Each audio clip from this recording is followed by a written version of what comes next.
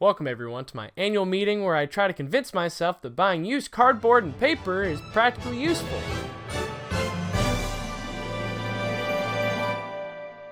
Manga box sets. What's the most effective way to get a large portion of a series for, most of the time, a cheaper price?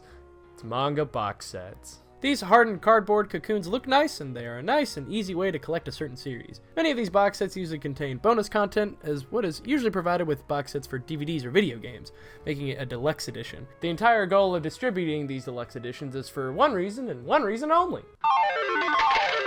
But many big publishers like making it seem like a nice deal when a full series, or at least part of one, is being sold all at once, so that way they can make quite a few dollars. So today I'm going to look at a brief history of some of the more interesting box sets throughout history and rate them on a scale of worth it, trash it, or Inuyasha.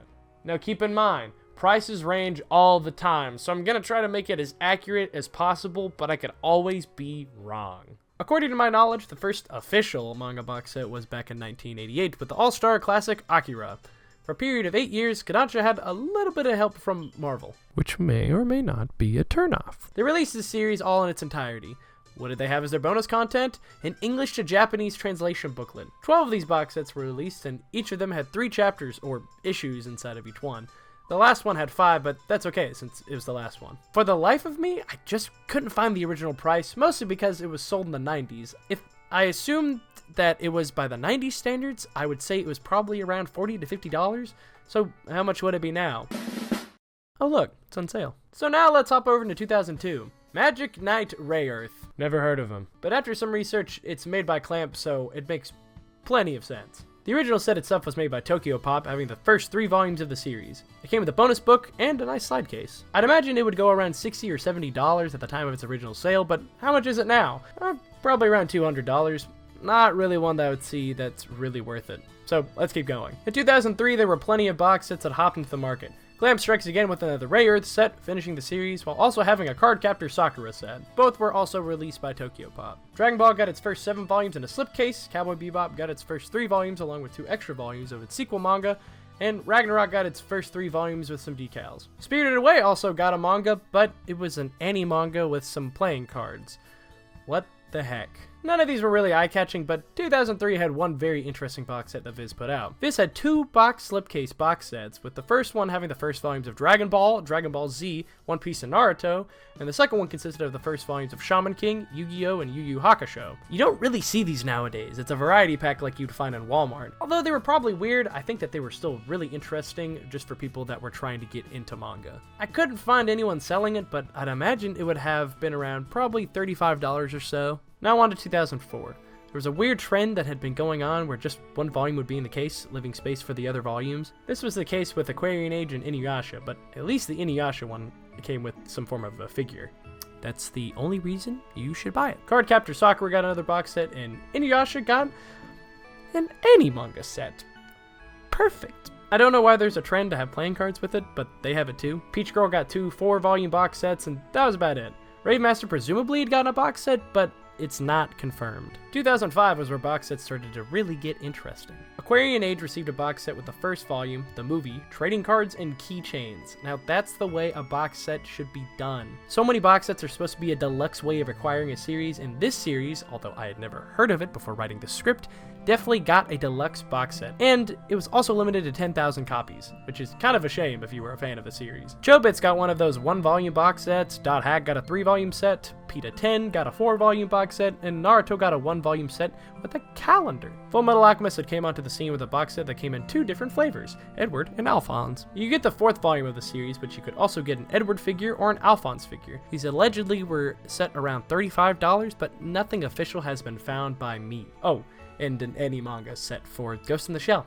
Great. Up until 2008, nothing got incredibly fancy for manga box sets. All of Kingdom Hearts 1 and Chain of Memories got its manga box set, volumes 1 through 3 of Princess Ai. Fruit Baskets got a 4-volume set, and by the end of 2007 and 2008, it got a little wild. Naruto's first part had to receive 2 box sets, and I surprisingly have both of these. The first one, released in 2007, only had 5,000 of them made, being a wooden box with plexiglass slide covers, a bonus comic, poster, and stickers. I found it for $14 at a Goodwill. Nowadays, it can easily be bought for around $500. 2008 had the first box set of Bleach and Naruto in larger cardboard boxes, each with a poster and bonus booklet, but Death Note got its full series in the same type of box with a 13th How to Read book. Naruto and Bleach's box set went for about $215 to $175 respectively, but Death Note set ran at about $115. Normally they've gone on sale because I bought it for $60 and the Naruto one for around $150, but many times at the beginning they are sold for quite a bit of cash. These 3 box sets started the trend of these nice quality box sets and are some of the most common ones that you'll see. Speed Racer also received a hardback box set for the first 2 volumes, which goes for about $40, a very easy way to get the series. The last box set, I guess, was for 4 volumes of Manga Sutro, which was, an ecchi series. It's about a new married couple and their experiences. 2009 was the year of Dragon Ball, as we were given the full box sets of Dragon Ball and Dragon Ball Z, akin to the Naruto and Bleach sets, each going around $200. Nowadays, they are quite much more than that if you'd like to get your hands on it. Each set had a poster and a booklet with it. Oh, and Go-Go Monster had a 1-volume set, which was made for the singular fan of Go-Go Monster. 2010 and 2011 were interesting years because 2 large video game franchises received manga box sets, along with a classic finally receiving a deluxe set. Pokemon and Zelda got box sets for their respective series, with Pokemon having a large box set for its Diamond and Pearl 8-volume series. Zelda had its whole series at the time finished printing, so all 10 volumes came in this neat little set. For non-adaptation manga, however, Vampire Knight had 10 volumes of its series thrown into a cardboard hole, sure, but the main highlight was the Full Metal Alchemist box set, having its whole series, a poster, and one of its novels. The Full Metal Alchemist box set is one of those sets that you can find pretty easily nowadays, having its starting price set at $220, but most places sell them for around $60 to $70 off, so it's definitely a box set worth obtaining if you haven't already. 2012 saw the trend of more of the Pokemon manga getting a box set, which 3 box sets being released that year. You could get volumes 1 through 7, volumes 8 through 14, which encapsulate the first 2 generations, and for some reason Black and White was thrown in there as well. I don't really understand the timeline. Ouran High School Host Club received a full series set with a memo pad, which was cool if you were running low on notebook paper. Now, I haven't read Ouran or this current series, but the most interesting box set that year I think was Sailor Moon. And come on, it's Sailor Moon. This is where some box sets started to really become questionable if it was really worth it or not, because this box set had the first 6 volumes, it was priced around $60. But I mean, it had stickers. People eat these box sets up online nowadays because you can't find them for any less than $200 or so.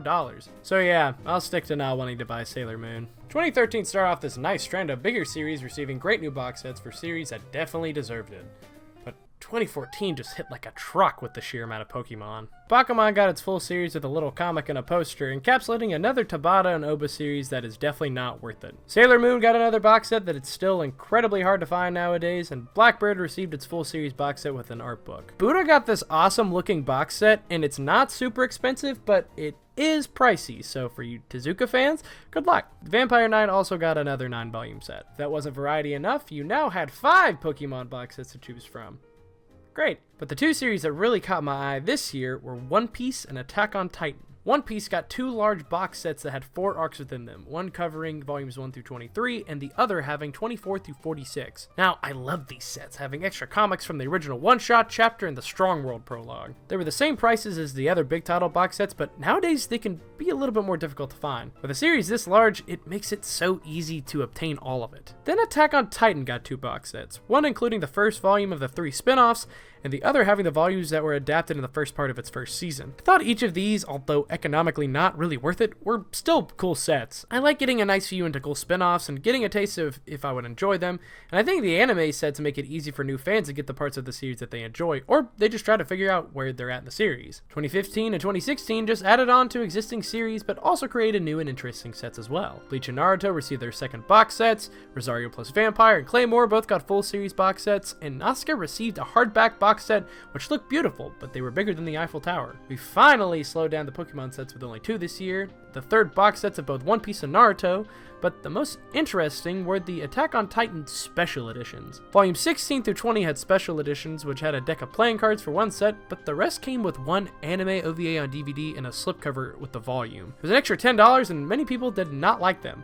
I own all of them. 2017 had many interesting sets. For starters, A Silent Voice got a full set by Kodansha, Ghost in the Shell got 3 volumes of hardback goodness, One Punch Man got a Books A Million exclusive 5-volume set for beginners, and Pandora Hearts got this icky 12-volume set, but they were 2-in-1s?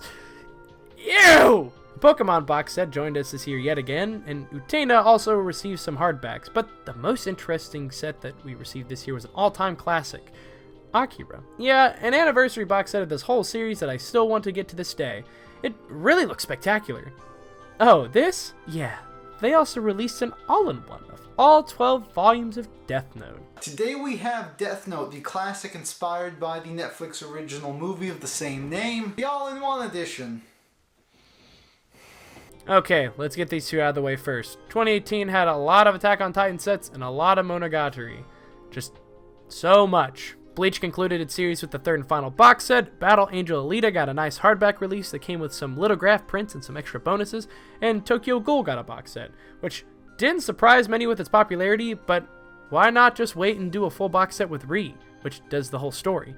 That's because the first part is phenomenally better. Alright, almost there. 2019 saw Assassination Classroom get a full series box set with its 21 volumes. Fairy Tail started its box set journey with its first 11-volume set, along with Attack on Titan getting another small set too. Monogatari. Again. Magic Knight Ray Earth returned, now in a fresh and crisp hardback version, this time with an art book, and the first 9 volumes of Princess Jellyfish as well. The interesting box set for this year wasn't a new series, but a full-on reprint. Both Dragon Ball and Dragon Ball Z got reprints of their original box sets, which makes me wonder if they're easier to find now. The answer is no. 2020, the year of problems, especially in manga printing. Although it was a troubling year for many productions, manga still had some decent sets that they rolled out, and then they had Tokyo Ghoul Re. Fairy Tail got 2 box sets this year, now up to volume 33. Chi's Sweet Home got an omnibus set, and Dimension 21 got a 2-volume set for all of their fans. Oh, Ray Earth continued with the hardback sets, and Tokyo Ghoul Re concluded the series with its 16-volume box set. Now, out of all of those, there was one I think took the cake. The Legend of Zelda Legendary box set. It came in this awesome chest that had a poster, and each of the volumes were exclusively hardback, which you could only get in this set. They were originally sold separately as paperbacks, but this set, oh my gosh, this is beautiful. Some may look at the price point and be wary, especially since it's a video game manga, but in my eyes, this is an amazing box set. This is definitely top tier. So that's a small, incoherent history of manga box sets. That is, up until about 2020. I wanted a nice stopping point. Of course, there are some new sets like Demon Slayer, The 7 Deadly Sins, and of course One Piece, but I don't think after too much longer we're going to be seeing sets like Jujutsu Kaisen or Spy Family, considering that they're super popular, but it's just nice to see that there's some care put into these things. Some of them have some real love put into them, and they actually seem like it's the deluxe edition to get the series, while some of them would prefer if you just pulled the book right out of the box and were stricken with a heart attack. Not all box sets are created equal, but any fan will tell you that getting a new box set is such a great time. Unless you're an Inuyasha fan, and you stink.